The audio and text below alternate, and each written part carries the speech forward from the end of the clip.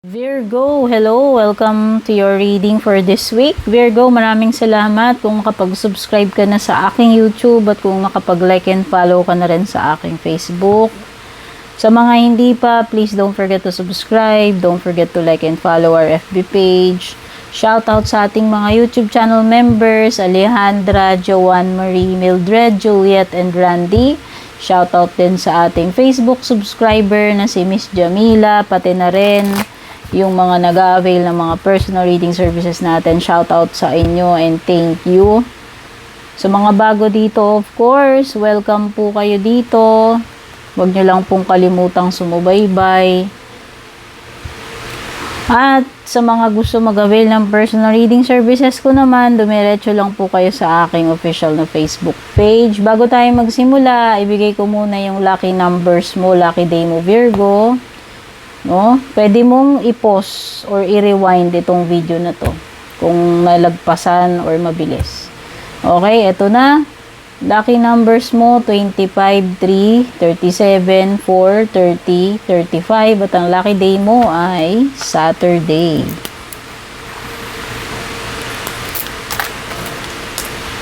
Umpisahan na natin, Virgo. Ano ba tong mga energies mo? Oh, meron kang salamander. Tama. Salamander, tsaka black pepper. Inspiration. Modest fortitude. Loyalty. Wow! So, nakikita ko magkaka-relate itong mga cards mo. So, nakikita ko dito, very inspired ka ngayong week na ito, no? So, pag sinabi nating inspired, ganadong-ganado. Buong-buo yung loob mo, excited ka, masaya ka. Positibo yung outlook mo dito sa gagawin mo, kung ano man ito. Okay? So, nakikita ko dito na may magandang opportunity na naghihintay sa iyo with the salamander card, no? So, kailangan mo lang talaga is i-apply mo itong iyong inspiration dito. Ganadong-ganado ka, no? Lalong-lalo na may paparating na maganda or opportunity sa iyo. Tsaka dito talagang, alam mo yung sobrang dedicated mo dito sa ginagawa mo. Diba? Nakikita ko nga very inspired ka, positibo ka. Basta talagang ginagawa mo lang yung trabaho mo ng matahimik, peacefully, and consistent ka. Kasi nga, very inspired ka, very driven ka rito eh. Nakafocus ka lang talaga doon sa goal mo, sa ginagawa mo. O, hindi ka nagpapa-apekto sa mga distractions, or kung meron mang mga negative or toxic people na pumapaligid sa'yo, nang bibwisit sa'yo, no? Hindi ka nagpapa-apekto. Ganun ka ka-positive. Basta ikaw, you work quietly, humbly, diligently, and consistently dito sa ginagawa mo. Okay? And eventually, magsha-shine ka. Kasi, nakikita ko, there is opportunity, there is success, no? Ire-reward ka dito sa iyong pagiging masigasig, pagiging humble worker, kung ano man itong ginagawa mo. No? Kasi puro positibo yung mo rito yung attitude mo. Okay? Kaya meron dito, there will come a moment na magsha-shine ka rito. Mapapansin nila yung mo, yung kasipagan mo, yung dedication mo dito sa ginagawa mo, lalo na kung sa trabaho yan. Okay? Ayan you are very, very loyal. You are a hard worker, humble, tahimik ka lang. Ginagawa mo lang yung mga kailangan mong gawin with consistency, with inspiration, no? You are very loyal, kaya maswerte itong boss mo, maswerte itong company mo, saan ka man na-assign. Kasi ikaw ay very you are a consistent, hardworking person, patient, no? Hindi mo lang siya ginagawa nung basta mema lang. Talagang ginagawa mo siya wholeheartedly. No? Ginagawa mo siya ng maayos. Ginagawa mo siya ng maganda. Hindi yung masabi lang na ginawa mo. Kung dedicated ka nga diba? Yun nga yung sinasabi ko kanina.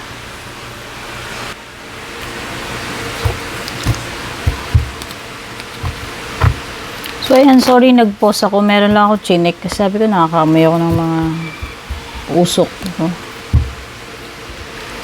May nagsisiga yatang malakas sa labas. Okay?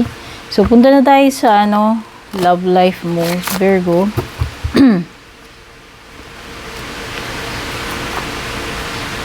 Meron kang divine timing.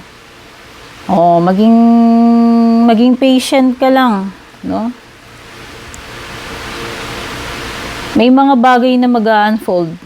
Okay, may mga paparating pa lamang or pwedeng mangyari sa inyo pagdating dito sa relationship mo. Sabi dito, maging patient ka kasi everything is worth the wait. Ayun naman pala.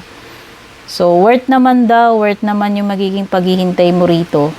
Okay, kung ano man itong tinutukoy na yan na hinihintay mo na mangyari sa inyo ni person mo. Everything will be worth it naman kahit maghintay ka.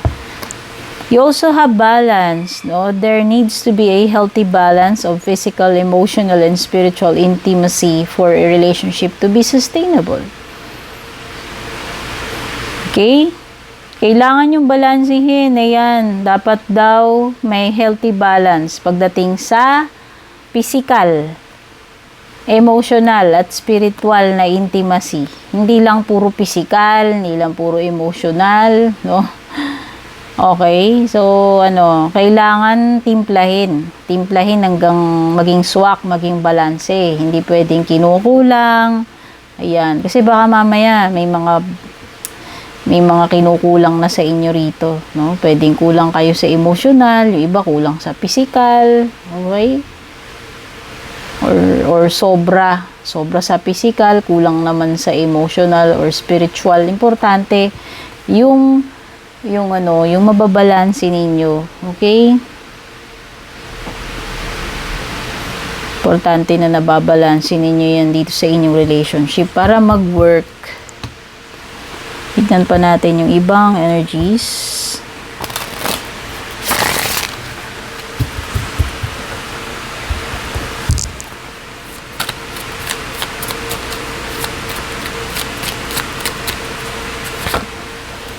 O, di ba balancing? Grabe, oh.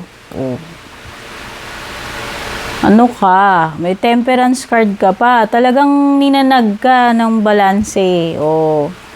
So, ito, pwedeng hindi naman sa relationship to. Pwedeng sa ibang bagay naman itong pagbabalanse na ito. Okay? Temperance, pag sinabi nating temperance, pwedeng kailangan, maging patient.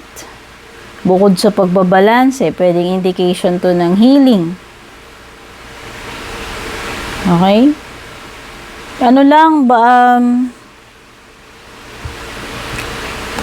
Pwedeng Sagittarius energy, Pwedeng may Sagittarius dito. So, pwedeng kailangan makuha mo yung tamang timple. Okay? Tamang kombinasyon na yan, kombinasyon. Minsan partnership to kasi parang may dalawang magkaibang entity, dalawang bagay na pinagsasama. Minsan ganun. Okay, pwedeng binabalansin nyo isa't isa, pwedeng opposites kayo, pwedeng kontrapelo, pero tinatry mag-work, kasi parang, sabi ko kasi parang union to ng dalawa na magkaibang nature. Magkaibang element ito actually, fire and water. Pero pinag-combine niya. So, pwedeng hindi sila compatible, pero alam mo yun, nasasayawan nila isa't isa Okay? Nababalansin nila isa't isa kahit opposite sila. So, yun yung power nito. No? Pagbabalanse and pagtanggap sa isa't isa. Okay? Pag-a-adjust sa isa't isa, ayun. Pag-a-adjust, kaya nga sabi ko, parang may patience din dito So, pwedeng yan, adjustment period, yung tipong nagpapasensyahan kayo, nag-iintindihan kayo, nagwo-work kayo kahit na hindi kayo yung compatible, no? Pwedeng Sagittarius yung kadil mo dyan. Meron ding air sign, Gemini, Libra, or Aquarius.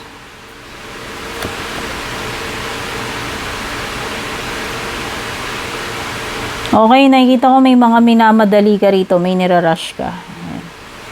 Nakikita ko malapit mong ma-reach yung goal mo with the 10 of Wands, no? Malapit mong marating yun, yung destination mo dun. No? Mahirap man to, mabigat man tong task na to, ano man tong mga pasanin mo rito, magiging worth it yan. Kasi malapit na eh. Konting tiis na lang. At nakikita ko dito, ayan, nagmamadali ka na. Make sure lang na hindi ka nagiging impulsive dito. O yung unreasonable na pagmamadali, Virgo. Okay? You have a tendency na mag-rush ka eh. Okay? Make sure lang na tama yung ginagawa mo ritong pagmamadali, hindi yung rush na hindi yung pagiging rash or impulsive, no? Pero nakita ko nga, malapit nang gumaan itong load mo rito kasi malapit na itong matapos. Kumbaga minamadali mo na yung matapos kung ano man yan. Tingnan pa natin yung mga paparating sa iyo, Virgo. Meron kang feather. Someone you know is undependable and insincere. So mukhang may paparating na disappointment. Pwedeng mali-let down ka nitong person na to. Hindi maasahan, hindi mapagkatiwalaan. Kung sino man yan. Okay? Bibiguin ka, madidisappoint ka dyan. Oo nga. May facts, no? So, yung facts na yan, minsan, yan eh, tuso. Wise. Pwedeng lolokohin ka, i-deceive ka. Pero meron din binabanggit din dito about business matters o yung mga pagdating sa pera, transaction, maging wise, maging madiskarte, mapamaraan ka. So, yan. Kung meron kang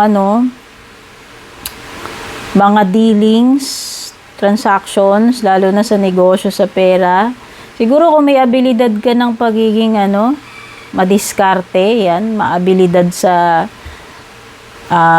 negosasyon, sa mga transaction, sa negosyo, yan, pwede.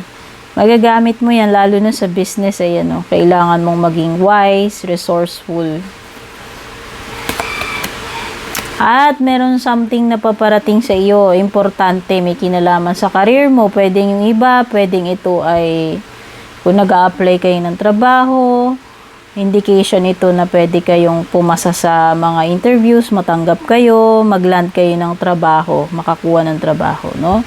Or, pwedeng may mga matters, importanteng kaganapan, pwedeng, challenge, or kung ano man, napaparating sa'yo, basta related siya sa trabaho, sa career mo. Okay, Virgo, maraming salamat. Ito yung reading mo for this week. Take care, God bless, babush.